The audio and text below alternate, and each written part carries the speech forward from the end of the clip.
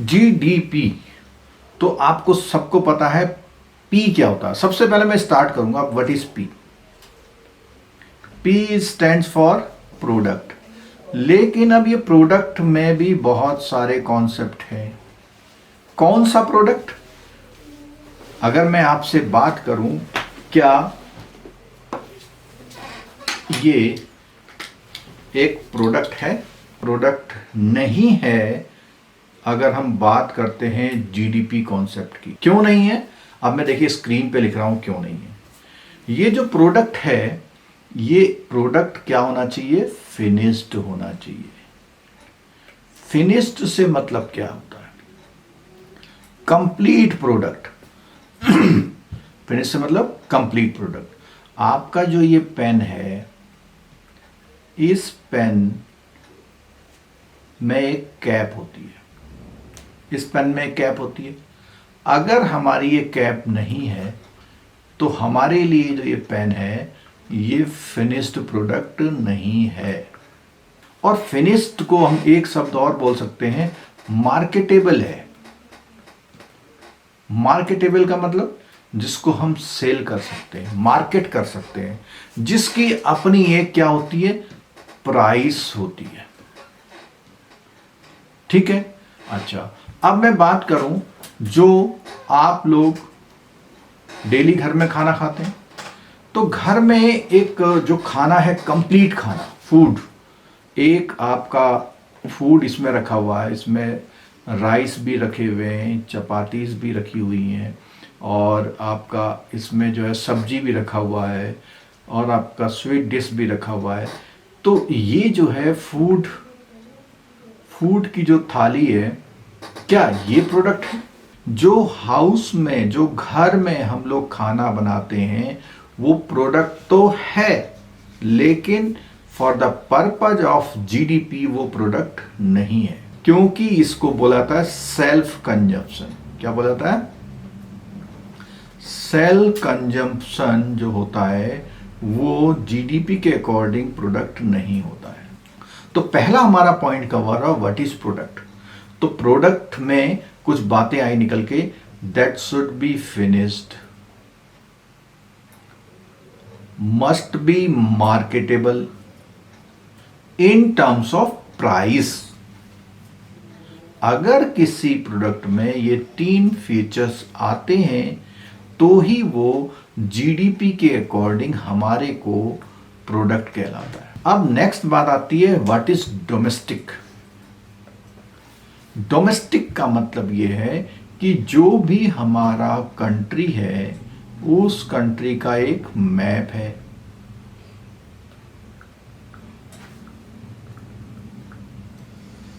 उस मैप, यानी इसको हम बोलते हैं ज्योग्राफिकल बाउंड्री। क्या बोलते हैं?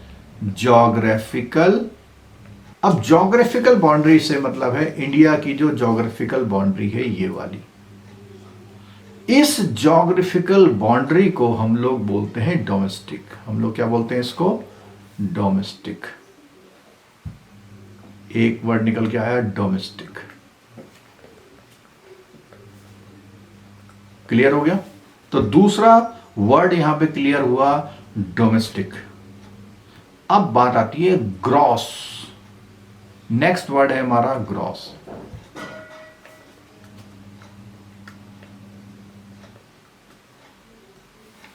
अब ग्रॉस से मतलब क्या है? ग्रॉस से मतलब है सब मिला करके, प्लस प्लस प्लस प्लस, और विदाउट एडजस्टमेंट। ग्रॉस का मतलब एक बात और है, विदाउट एडजस्टमेंट, कोई एडजस्टमेंट नहीं है। जैसे सपोज कीजिए, हम स्क्रीन को थोड़ा इधर कर लेते हैं। सपोज कीजिए हमारे वहां जो है 10 मिलियन डॉलर की हमारे वहां कार्स हुई, कार्स की मैन्युफैक्चरिंग हुई, और प्लास्टिक आइटम हुए हमारे वहां, प्लास्टिक आइटम हुए 20 मिलियन डॉलर के। इनको हमने सिंपल ऐड कर लिया तो that comes to 20 million dollar. और ग्रॉस का मतलब क्या है? कुछ भी एडजस्टमेंट नहीं करना है आपने इसमें। अगर आप कुछ भी एडजस्टमेंट नहीं कर रहे हैं तो इसका मतलब ये है कि वो जो टोटल आ रहा है दैट इज ग्रॉस आइटम का आ रहा, ग्रॉस वैल्यू। ठीक हो गया। अब इसके बाद हमारी अगली बात निकल के आती है कि हम ये समझ गए कि what is gross domestic product, लेकिन अभी एक एस्पेक्ट और रह गया है। वो एस्पेक्ट रह गया है ड्यूरेशन का। ड्यूरिंग, क्या एस्पेक्ट रह गया? ड्यूरिंग। ड्यूरिंग से मतलब यहां पर ये है कि ये सब कब होना है? During a period. During a period. Period में क्या हो सकता है? पीरियड में हो सकता है आपका क्वार्टरली भी हो सकता है, आपका एनुअल भी हो सकता है, आपका डिकेड भी हो सकता है, आपका डिकेड भी हो सकता है।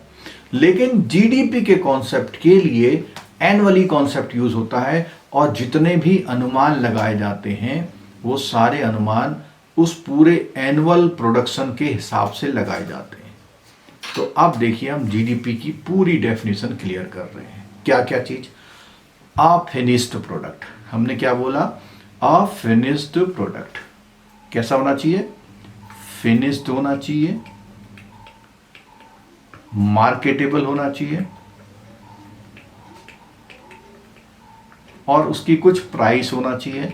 ऐसा प्रोडक्ट, ठीक है, कहां पर होना चाहिए? विद इन ज्योग्राफी,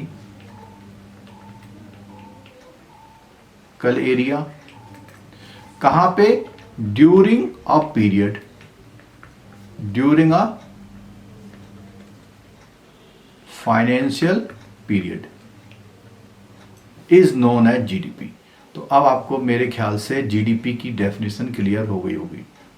अब जीडीपी हम समझ गए, जीडीपी के और आगे चीजें अब खुलने वाली हैं। तो देखिए हम इसको शुरू करते हैं। सबसे पहला वर्ड हम यूज करते हैं जीडीपी, ठीक है।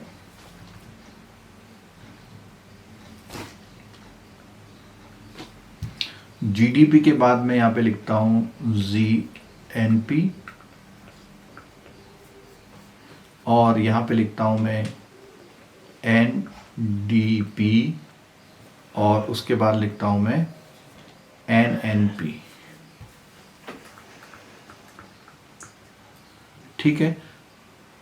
ये चार वर्ड ऐसे हैं जो पूरे घूमते रहते हैं, और इन्हीं चार वर्डों से सारे क्वेश्चन भी क्रिएट होते हैं। तो सबसे पहले हम लेते हैं gross domestic product versus gross national product. तो आइए इसको समझते हैं हम लोग। इसको समझने के लिए हम एक छोटा सा एग्जाम्पल ले रहे हैं, और उस एग्जाम्पल में हम लोग शुरू करते हैं पहले कि इधर जो है अमेरिका हो गया, ठीक है, इधर अपना यूरेशिया हो गया, और यूरोप हो गया, एशिया और यूरेशिया सब मिल गए, इधर ऑस्ट्रेलिया हो गया, ठीक है। ये हमने इंडिया को भी थोड़ा सा प्लेस दे दिया है। तो क्या होता है कि इंडिया है, इंडिया से लोग जॉब के लिए अमेरिका, गल्फ कंट्री या ऑस्ट्रेलिया जाते हैं। तो जो लोग इंडिया से फॉरेन में जॉब करने गए हैं, सपोज कीजिए एक पर्सन है यहाँ पर, ये पर्सन यहाँ पर अर्निंग कर रहे हैं 4 लाख पर मंथ, या हम एनुअल ले लेते हैं 40 लाख पर एनम। इनका जो है इंडियन रुपीस में ले लेते हैं 40 lakh per annum, Indian rupees में इनको वहां पे सैलरी या रेमुनरेशन मिलते हैं, ठीक है। अब इसमें से इनके कुछ एक्सपेंसेस हो जाते हैं, और ये एक्सपेंसेस हम कहें कि 25 लाख के हो जाते हैं। अभी हम ले रहे हैं जीडीपी और जीएनपी में क्या डिफरेंस है। तो इनका बना 15 लाख, इनका क्या हो गया, इनके पास फंड आ गया, 15 लाख का इनके पास फंड आ गया, ठीक है। ये 15 लाख का जो मनी है, ये 15 लाख का मनी 15 लाख उठा करके इंडिया भेज देते हैं। कहाँ भेज देते हैं? इंडिया भेज देते हैं। यहाँ आ गया अपने रिलेटिव्स के पास।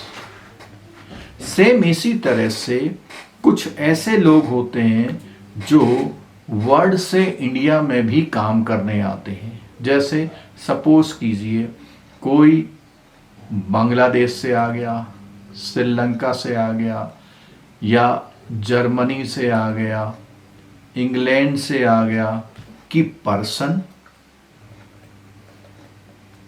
और कंपनी या ऑर्गेनाइजेशन, किसी तरह के भी लोग इंडिया से जाते हैं या इंडिया को आते हैं।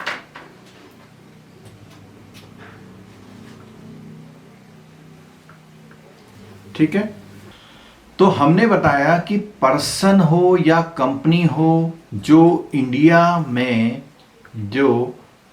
में आए या इंडिया से जाए, ऐसे लोग जो इंडिया से जाएं या इंडिया में आए, लेकिन जैसे इन्होंने ये मनी इधर भेजा था ऐसे ही वो लोग भी इंडिया से अर्निंग करने के बाद अपनी मनी वहां भेजते हैं जहां से वो लोग आए हैं, जहां से वो लोग आए हैं। ठीक है, अब हम ऐसा कह सकते हैं कि जैसे 15 लाख इंडिया आया और 18 लाख इंडिया से गया, तो क्या फर्क हुआ? देखिए कि यहां पर टू इंडिया में रिसीव किया हमने 15 लाख, ठीक है, और यानी इंडिया में आया, और फ्रॉम इंडिया से गया 18 लाख। ठीक है, इन दोनों का नेटिंग, इन दोनों का नेट, अब यहां पे एक वर्ड आता है NFIA,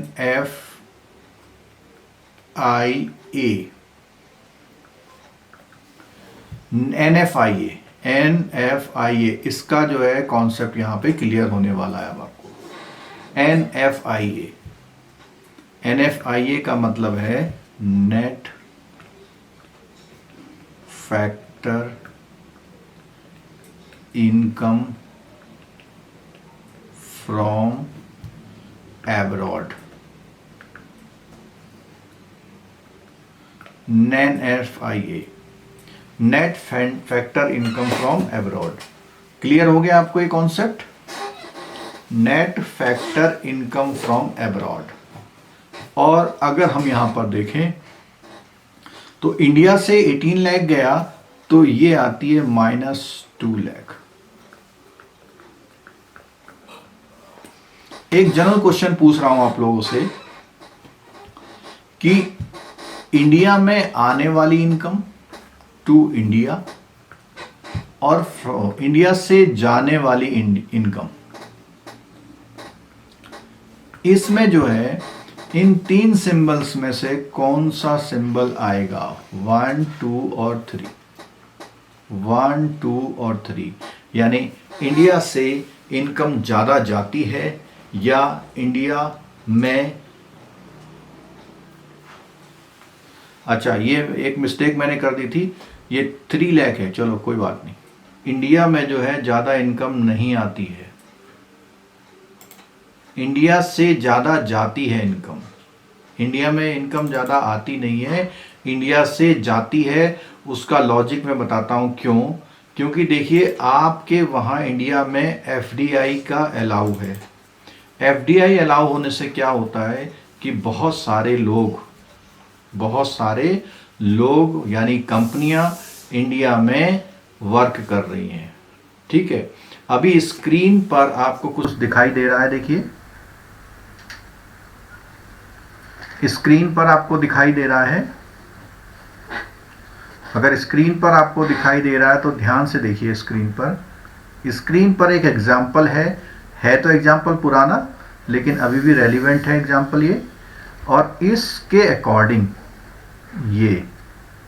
ये वैल्यूज़ दिखाई दे रही हैं आपको मेरे ख्याल से, और इन वैल्यू के अकॉर्डिंग हमारी जो वैल्यूज़ है वो वैल्यूज़ माइनस में है।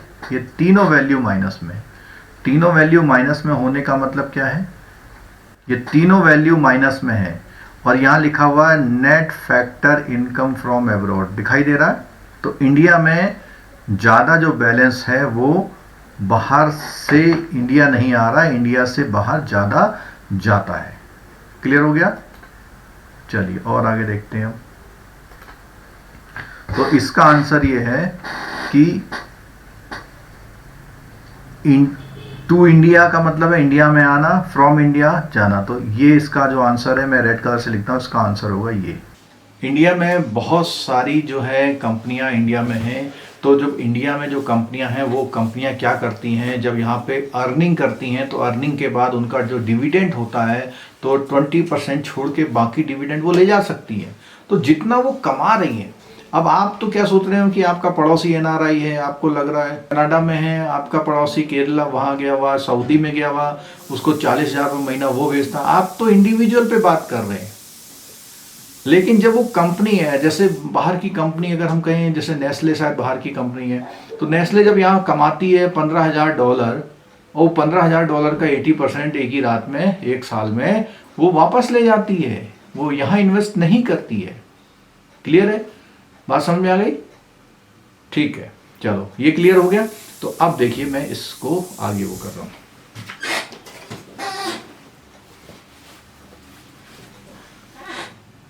चलिए आ जाते हैं यहाँ पे।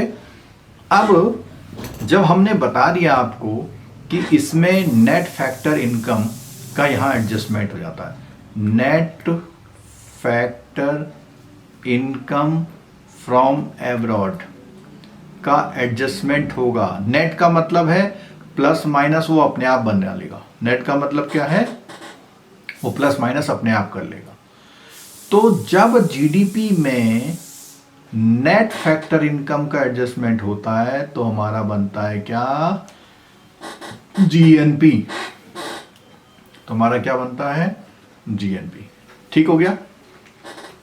कोई डाउट यहां तक? जीडीपी से जीएनपी आपको समझ में आ गया। अब देखिए इंपॉर्टेंट फैक्टर आ रहा है, जीडीपी से एनडीपी कैसे बनता है। जीडीपी से एनडीपी कैसे बनता है? तो जीडीपी से एनडीपी कैसे बनता है देख लीजिए, स्क्रीन पे देखिए। यहां पे फर्क है जी और एन का। जी का मतलब है ग्रॉस और एन का मतलब है नेट। ये ग्रॉस और नेट का कॉन्सेप्ट यहां समझना है हमको। ग्रॉस और नेट का कॉन्सेप्ट होता है, सपोज कीजिए अभी हम एक प्रोडक्शन का एग्जांपल लेते हैं। हमारे वहां कोई कंपनी कहती है मेरे वहां 15 लाख का प्रोडक्शन हुआ, ठीक है। कोई कंपनी कहती है 18 लाख का प्रोडक्शन हुआ, कोई कंपनी कहती है 30 लाख का हुआ। तो अगर हम इनको ऐड करते हैं तो ये जाता है 63 लाख। ठीक हो गया? ये तो हमारा है ग्रॉस, ठीक है। अब क्या नेट क्या हुआ? देखिए जब कंपनी ये 63 लाख का प्रोडक्शन कर रही थी तो इसमें क्या है, इसमें उसके वहां डेप्रिसिएशन हुआ। क्या हुआ? डेप्रिसिएशन हुआ। और डेप्रिसिएशन का मतलब है इस प्रोडक्शन को करने में उसके जो इंफ्रास्ट्रक्चर लगे उनकी वैल्यू भी डाउन हुई। तो जीडीपी के कॉन्सेप्ट में ये जितना भी लग रहा है इसका मतलब ये है कि वो आपके उस पूरे वैल्यू के प्रोडक्शन से कम हो जाएगा। अगर सारा गवर्नमेंट कहे कि 63 लाख हुआ है और 63 लाख के बाद डेप्रिसिएशन माइनस किया हमने, और डेप्रिसिएशन माइनस किया, सपोज कीजिए डेप्रिसिएशन 2 लाख का हो गया, तो डेप्रिसिएशन 2 लाख का अगर हो गया तो जो नेट आंसर आएगा हमारा यानी 61 लाख, वो हमारा हो जाएगा एनडीपी। क्लियर हुआ? If depreciation is subtracted from the gross domestic product the value comes which is known as NDP, net domestic product. और जो हम यहाँ बात कर रहे थे, वहाँ हम बात कर रहे थे जीडीपी से जीएनपी की। यहाँ पे जीएनएन का मतलब था नेशनल। नेशनल का मतलब किसी कंट्री का प्रोडक्ट। तो कंट्री के प्रोडक्ट से मतलब यह है कि जब कंट्री का बंदा बाहर गया, वो कमा के लाया, या कंट्री में कोई बाहर का आ गया, उसने यहां कमा के वापस रेमिटेंस भेज दिया। और इस चीज का जो पूरा एनएफआईए का होता है, ये केवल हमारे जो रेमिटेंसेस होते हैं उसी से आइडिया लगता है हमारा। जो हमारे रेमिटेंसेस होते हैं, इन्हीं से हमारा आइडिया लगता है। अब आपको ये बात बहुत क्लियर हो जानी चाहिए क्या, कि जीडीपी से जीएनपी और जीडीपी से एनडीपी कैसे निकलता है। पहले तो हमने किस टाइप का प्रोडक्ट तो बता दिया, लेकिन अब है व्हाट इज प्रोडक्ट। और व्हाट इज प्रोडक्ट में आता है हमारा, व्हाट इज प्रोडक्ट में आता है गुड्स एंड सर्विसेस। ठीक है, बट ये गुड्स और सर्विसेज इस कैटेगरी की होनी चाहिए। तो एनी टाइप्स ऑफ गुड्स और एनी टाइप्स ऑफ सर्विसेज, वो सब इसमें कवर होगा। ठीक है, क्लियर हो गया। चलिए और आगे देखते हैं। अब हम बात करते हैं, देखिए अब मैं इसको थोड़ा सा ब्रीफ में यहां पे और क्लियर कर देता हूं एक बार, कि द जीडीपी और इधर है जीएनपी और इधर है एनडीपी, उसको है नेक्स्ट है एनएनपी। जीडीपी से जीएनपी आने के लिए net factor income from abroad adjust करनी पड़ती है, और जीडीपी से एनडीपी आने के लिए डेप्रिसिएशन करना पड़ता है। ठीक हो गया, क्लियर है। अगर हम इनका एडजस्टमेंट करते हैं तो यहां पहुंचते हैं। अब अगला क्वेश्चन क्या है कि एनडीपी से एनएनपी कैसे बनाएं। देखिए इसमें बहुत आसान कॉन्सेप्ट है कि जब हम डी को एन बना रहे थे तो हम एनएफआईए का एडजस्टमेंट कर रहे थे। यहां पर भी आप देखिए कि डी से एन बना रहे हैं हम, यानी ये जो हमारा ये वाला एन है और ये वाला एन है, इसमें कोई भी चेंज नहीं हुआ। तो इसका मतलब बिल्कुल साफ है कि यही एनएफआईए इधर से माइनस होगा। ठीक है, थोड़ा सा और कॉन्सेप्ट को क्लियर कर देता हूं मैं, कि जब हम डोमेस्टिक प्रोडक्ट से नेशनल प्रोडक्ट बना रहे हैं तो केवल हमारे रेमिटेंसेस का फर्क आएगा। सेम इसी तरह से अगर हम जी से एन कर रहे हैं, जी से क्या कर रहे हैं, एन, इस जी से हम लोग इस जी से एन कर रहे हैं। देखिए इस जी से एन कर रहे हैं, दोनों जगह एक काम कर रहे हैं, तो वही डेप्रिसिएशन वाला इधर आएगा।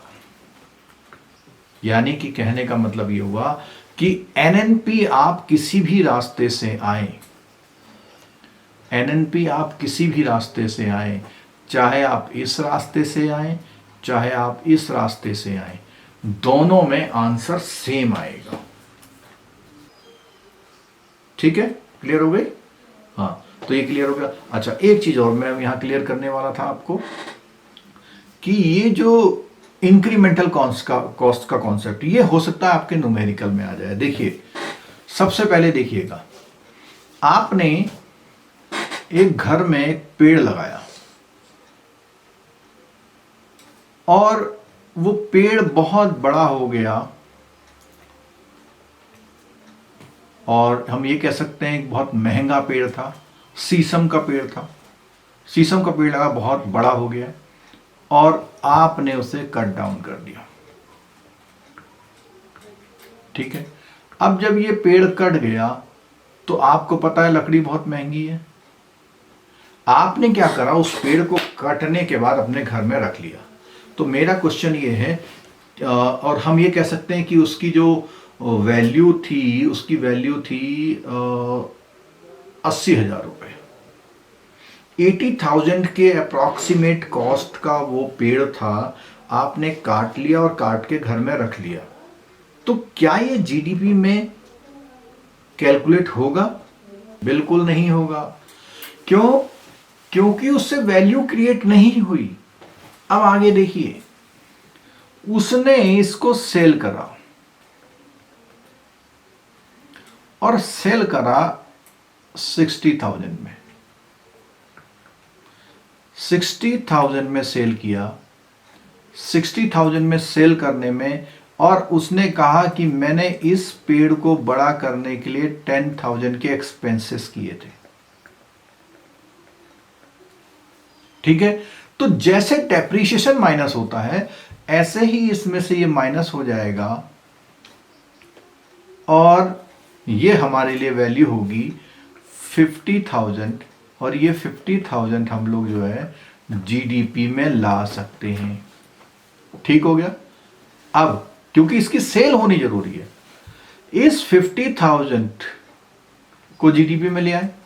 अब जिसने 60,000 का लिया था, उसने फर्नीचर बना के 80,000 का सेल कर दिया। 80,000 का क्या करा उसने? फर्नीचर बना दिया। तो जीडीपी में कितना ऐड होगा? क्या होगा? Incremental cost. क्या बढ़ेगा? इंक्रीमेंटल कॉस्ट बढ़ेगी बस उसकी, और इंक्रीमेंटल कॉस्ट होती है यहां पे 20,000। क्लियर हो गया? तो एवरी इंक्रीमेंटल कॉस्ट। ठीक है, अब और एग्जांपल एक्सप्लोर करते हैं कि जिसने ये 80,000 का सेल किया था, उसने कंज्यूमर को सेल, कस्टमर को सेल किया। यहां हम कह सकते हैं wholesale to retailer, wholesaler to retailer. तो अब हम क्या कर रहे हैं कि उसने जो है 1 लाख का कस्टमर को सेल कर दिया, तो फिर 20,000। ठीक है, अब ये कुल मिला लिया जाए तो यहां ये बनता है 90,000। अब यहां देखिए, ये जो 90,000 बना, ये हमारी जीडीपी हो गई।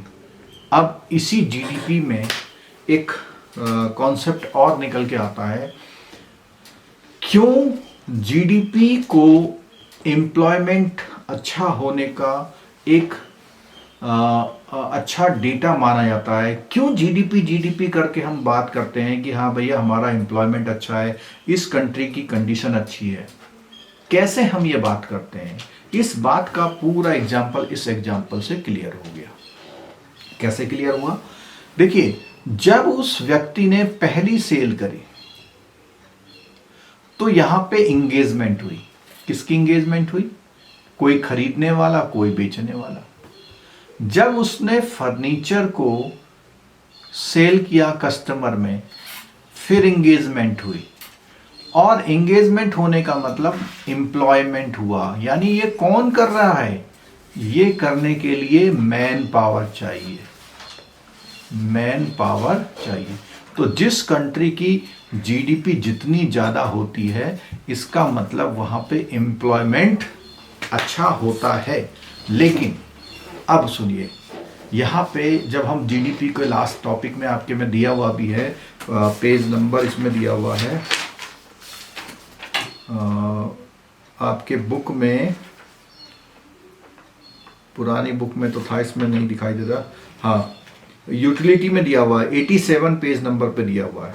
उसमें लिखा हुआ है कि अगर हमारे देश की जीडीपी बहुत ज़्यादा है तो क्या हम ये कह सकते हैं हमारे देश में एम्प्लॉयमेंट बहुत ज़्यादा है? एक जनरल थ्योरी में तो ऐसा आता है कि हाँ है, लेकिन अब मैं एक एग्जांपल देता हूँ। सपोज कीजिए हमारी जो जीडीपी है उसका 99% केवल एक कंपनी करे जो सॉफ्टवेयर बनाती है। तो आपको ये समझना चाहिए कि सॉफ्टवेयर जो कंपनी बनाती है उसमें मैन पावर केवल जो सॉफ्टवेयर बनाने डेवलपर वाले होते हैं वही होते हैं। वहाँ पे ज़्यादा ट्रांसपोर्टेशन की ज़रूरत नहीं पड़ती है, ज़्यादा मैन्युफैक्चरिंग की ज़रूरत नहीं पड़ती है। तो जब इन सब चीज़ों की ज़रूरत नहीं पड़ती है तो इसका मतलब ये हुआ कि वो जो प्रॉफिट इतना अर्न हो रहा है वो एम्प्लॉयमेंट को नहीं जा रहा है, प्रॉफिट अर्न हो रहा है, जीडीपी बहुत बढ़ रही है। तो ऐसी कंट्री जहां बड़े बड़े कैपिटलिस्ट हैं उनकी जीडीपी ज़्यादा होने का ये बिल्कुल भी मतलब नहीं होता है कि वहां पर एम्प्लॉयमेंट अच्छा है। और ये क्वेश्चंस लॉजिकली आपके में 1 मार्क्स का जब आता है तो आप किताब बुक कितना भी पढ़ लीजिए, जब तक आपने मेरी बात ये नहीं समझी तो आप इसका आंसर सही से नहीं कर पाते। अब मैं समझता हूं इन एग्जाम्पल से आपको ये चारों चीजें बहुत क्लियर हो गई होंगी। क्या चारों चीजें क्लियर हो गई होंगी? GDP, GNP, NDP, NNP. ठीक है, अब यहां एक बात करते हैं कि एनएनपी को और किस नाम से जाना जाता है? एनएनपी, एनएनपी को नाम से जाना जाता है नेशनल इनकम। National income. और इसी के साथ पर कैपिटा इनकम क्या होती है? कई बार क्वेश्चन में आता है ये पर कैपिटा इनकम। तो पर कैपिटा इनकम क्या होती है? जब नेशनल इनकम को हम लोग यानी एनएनपी को हम लोग पॉपुलेशन से डिवाइड करते हैं तो हमारी बनती है पर कैपिटा इनकम। ये कॉन्सेप्ट भी आपके थ्योरी में आता है, जब आप न्यूमेरिकल करते हैं तो उसी समय आता है।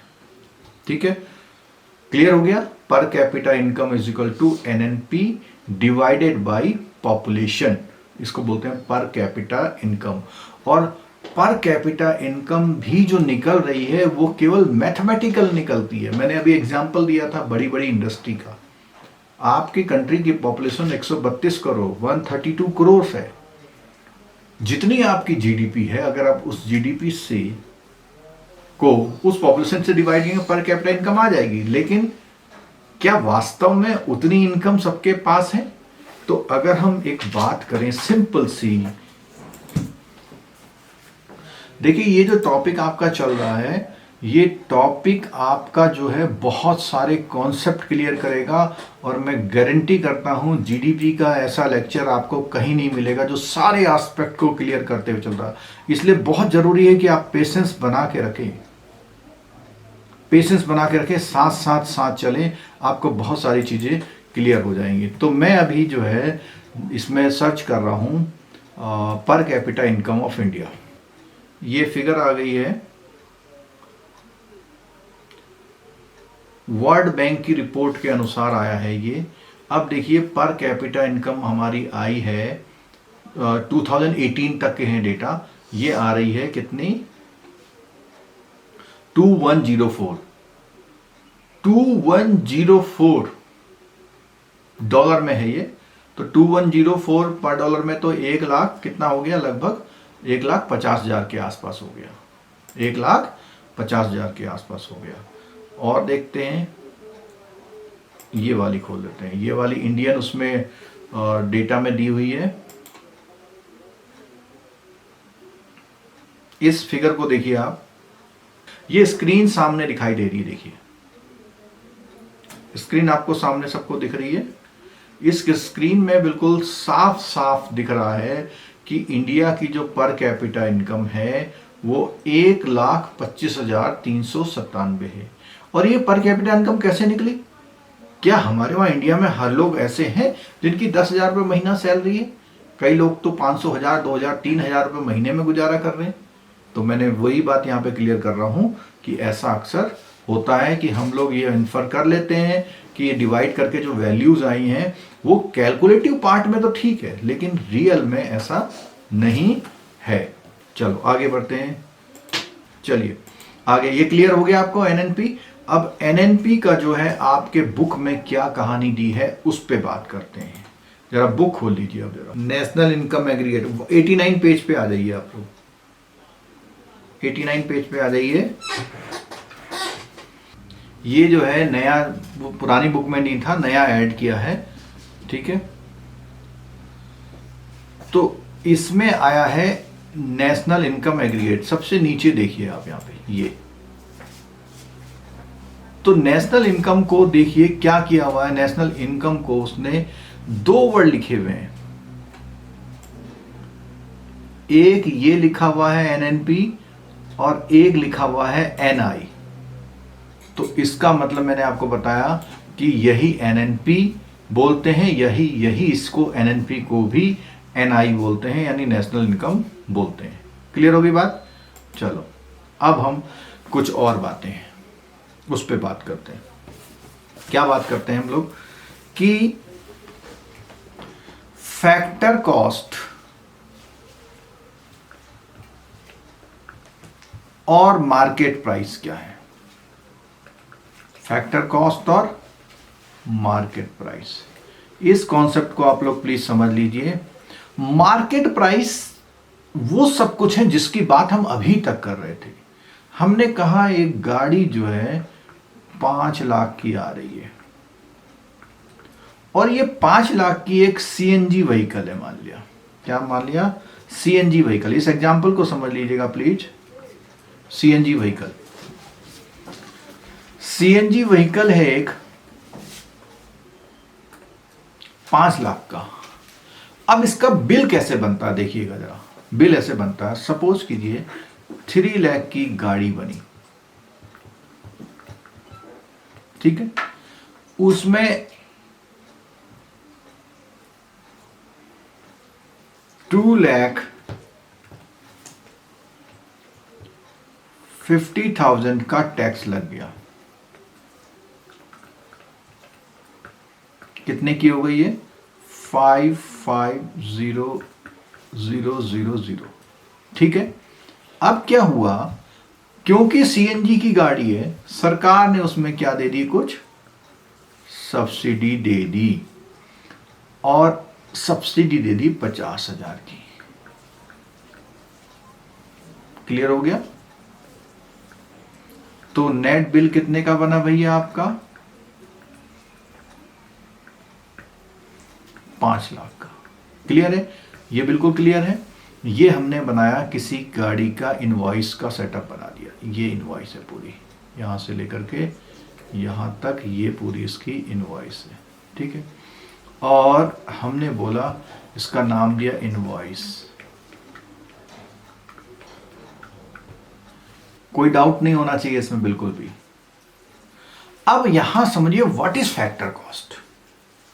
आपके अकॉर्डिंग मार्केट वैल्यू यानी जीडीपी मेरी बताती है, इस एक गाड़ी का एग्जांपल दिया है, और जीडीपी, और यहां पे मैं आप लिखना शुरू कर रहा हूं एमपी कितनी है, 5 लाख। ठीक है, कोई डाउट नहीं होना चाहिए इसमें, कोई डाउट नहीं। ठीक, हमने बोला कि यहां पे दो ऐसे फैक्टर यूज हुए जिसपे से डिस्कशन की जरूरत है। One is tax, another is subsidy. Simple बात कहूं मैं, अगर सब्सिडी और टैक्स का एडजस्टमेंट कर रहे हैं हम लोग, तो इसका मतलब हम लोग फैक्टर कॉस्ट की तरफ जा रहे हैं। सब्सिडी और इंटरेस्ट, वो टैक्स का एडजस्टमेंट। अब एग्जांपल के तौर पे हमने बोला हमारा व्हीकल साहब 5 लाख का बिका, दैट इज मार्केट प्राइस। लेकिन ये जो 5 लाख का है, इसमें रॉ मतलब मैन्युफैक्चरिंग कॉस्ट क्या थी, असली कॉस्ट इंक्लूडिंग प्रॉफिट।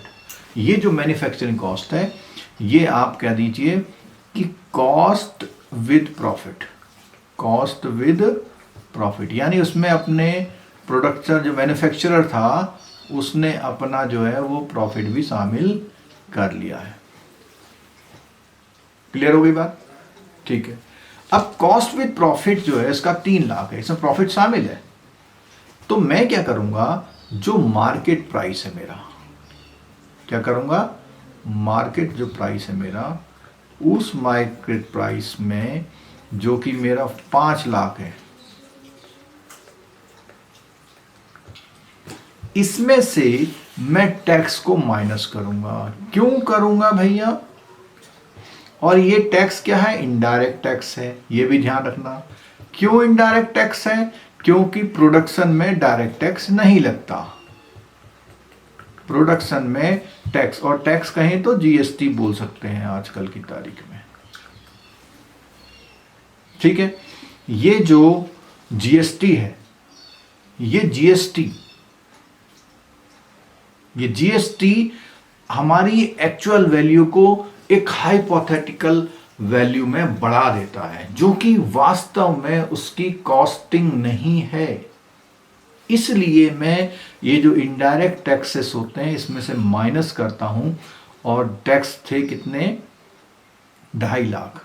कितने थे, 2.5 लाख। 2.5 लाख के मैं टैक्सेस माइनस कर देता हूं, और उसके बाद जो वैल्यू आती है मेरे पास, मैं ये मानता हूं कि यही वो मेरी वैल्यू है जो ओरिजिनल जो है क्या है, प्रोडक्ट कॉस्ट है। अब एक चीज और, सरकार ने इसमें सब्सिडी दे दी। जैसे मैं कहूं कि हमारे इंडिया में यूरिया का प्रोडक्शन $5 मिलियन का होता है। प्रोडक्शन से मतलब क्या है, जितने में वो सेल होता है। अब सरकार उसमें 20% का सब्सिडी देती है, जिससे उसकी प्राइस डाउन आ गई। और अगर उसकी प्राइस डाउन आ गई है और वो डाउन हुई है, गवर्नमेंट ने उसको सब्सिडी दी, ओरिजिनल कॉस्ट ज्यादा थी उसकी, तो सब्सिडी मैं यहां पे प्लस करूंगा, क्योंकि मैं जाना चाहता हूं अपनी ओरिजिनल प्राइस पे, अपनी ओरिजिनल प्राइस पे। तो 50,000 में जो है प्लस कर दूंगा, और ये हो जाएगा 3 लाख। जब आप कार लेने गए थे तो आप तो सिर्फ इस पे चर्चा कर रहे थे, लेकिन ये जो कॉस्ट है ये मार्केट प्राइस है। आपको फैक्टर कॉस्ट पे आना है। फैक्टर कॉस्ट का मतलब है adjustment of interest and taxes and subsidy. अगर उन दोनों का एडजस्टमेंट करके वैल्यू निकालोगे तो आपकी जो वैल्यू आएगी वो होती है जीडीपी एट फैक्टर कॉस्ट पे। ठीक है, क्लियर हो गया। और देखते हैं, इसका मतलब ये हुआ कि जीडीपी एट मार्केट प्राइस से आपको आना है, तो उसमें से आपको टैक्स को माइनस करना पड़ेगा और सब्सिडी को प्लस करना पड़ेगा, और जो आएगा आंसर वो आपका जीडीपी एट फैक्टर कॉस्ट आएगा। अब बात आती है, ये जो दोनों लिखे हुए हैं, इन दोनों को हम क्या बोलते हैं? इनको बोलते हैं नेट टैक्सेस। क्या बोलते हैं इनको? Net taxes. ठीक है, इनको बोलते हैं नेट इनडायरेक्ट टैक्सेस।